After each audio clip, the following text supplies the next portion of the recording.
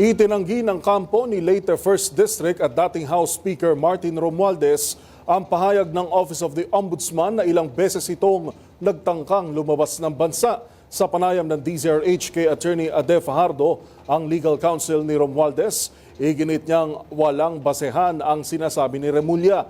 Simulat sa pulanya ay hindi nagplanong umalis ang mambabatas at nagpahayag pang handa siyang harapin ang mga aligasyon sa kanya. Sabi ni Fajardo, labis silang nababahala sa mga inilalabas na impormasyon laban kay Romualdez na tila nais lang bumuo na maling pagnanaka o pananaw ng publiko.